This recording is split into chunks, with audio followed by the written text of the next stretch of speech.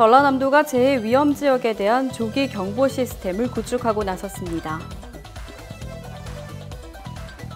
목포시가 안전한 시민 여름휴가 여건 조성을 위해 여름휴가철 대비 방역 점검 강화 방안을 발표했습니다. 7.10 부동산 대책 실행을 위한 이른바 부동산 3법이 국회를 통과했습니다. 올해 12월 3일 치러지는 대학 수학 능력 시험에 새 교육 과정이 처음 적용됩니다. 여름 휴가철을 맞아 보건당국이 수산물 섭취와 관련해 주의를 당부했습니다.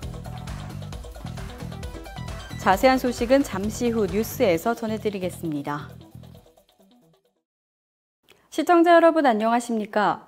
신동아 전남방송 뉴스 권민아입니다. 전라남도가 재해로부터 주민의 생명과 재산 보호를 위해 재해 위험 지역에 대한 조기 경보 시스템을 구축하고 나섰습니다. 재해 위험 지역 조기 경보 시스템 구축 사업은 태풍과 국지성 집중호우로 인한 급경사지 저수지 붕괴와 산사태, 저지대 침수 등의 재해 위험 상황을 주민들에게 알려 피해를 예방하기 위해 마련됐습니다. 전라남도는 총 98억 원을 투입해 태풍과 호우 등으로 재해 발생 우려가 있는 도내 25개소에 시스템을 구축하게 됩니다.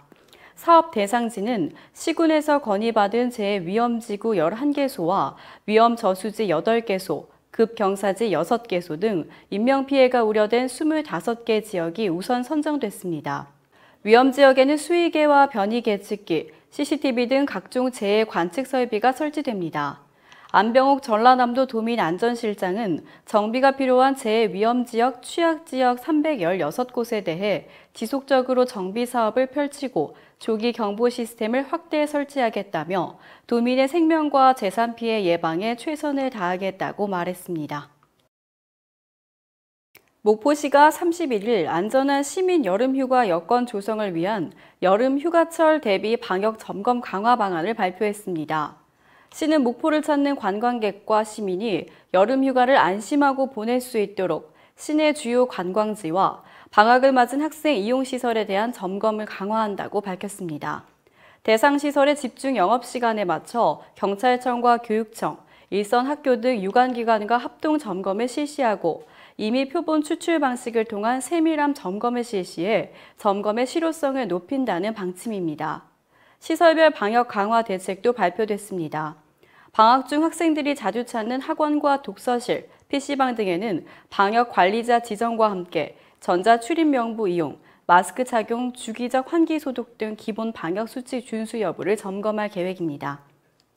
시 관계자는 여름 휴가철을 맞은 관광객 방문과 방학을 맞은 학생의 야외 활동을 대비해 시설 점검과 방역 등 코로나19 감염 예방에 총력을 다할 방침이라며 시민들도 일상 속 마스크 착용과 거리 두기 등 방역 수칙을 준수해 주길 당부했습니다.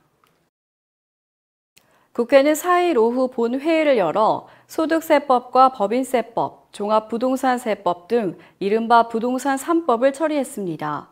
소득세법 개정안은 2년 미만 단기 보유주택과 다주택자의 조정 대상 지역 내 주택에 대한 양도세 중과 세율을 인상하고 다주택자에 대한 양도세 중과 시 분양권도 주택수에 포함됐습니다.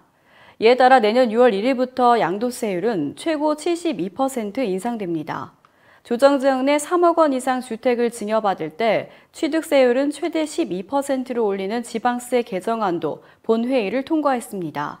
여야는 이날 법안 처리 내내 팽팽한 찬반 토론을 이어갔습니다. 민주당이 부동산 3법 상정을 밀어붙이고 의결 절차를 밟아나가자 통합당은 독재국가의회의 상임이라고 반발하며 전체 회의장을 빠져나갔습니다. 민주당은 통합당이 없는 상태에서 대체 토론을 이어간 뒤 일사천리로 부동산 3법을 가결 처리했습니다. 올해 12월 3일 치러지는 대학 수학 능력 시험에는 새 교육 과정이 처음 적용됩니다.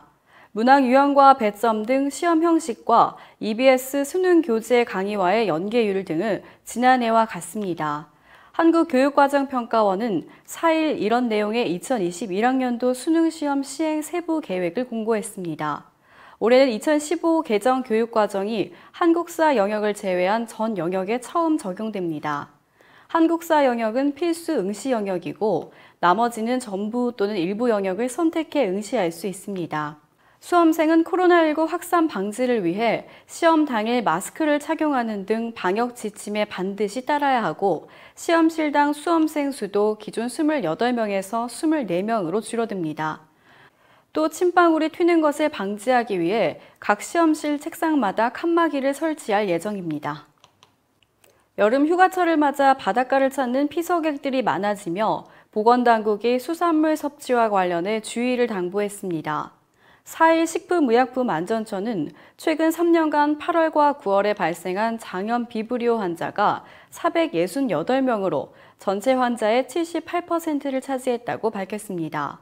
식중독균인 장염 비브리오균은 바닷물에 생존하며 생선이나 조개 등에 달라붙어 이를 섭취하는 사람에게 식중독을 일으킬 수 있습니다. 식약처 관계자는 장염 비브리오 식중독을 피하고 건강한 여름나기를 위해 수산물 구매 보관 조리 시 주의가 필요하다고 당부했습니다. 또 어패류를 구매할 경우 5도 이하에서 신속히 냉장 보관하고 냉동 어패류는 냉장고에서 안전하게 해동한 뒤 흐르는 수돗물로 잘 씻어야 한다고 권고했습니다. 이상으로 뉴스를 마치겠습니다. 시청해주신 여러분 고맙습니다.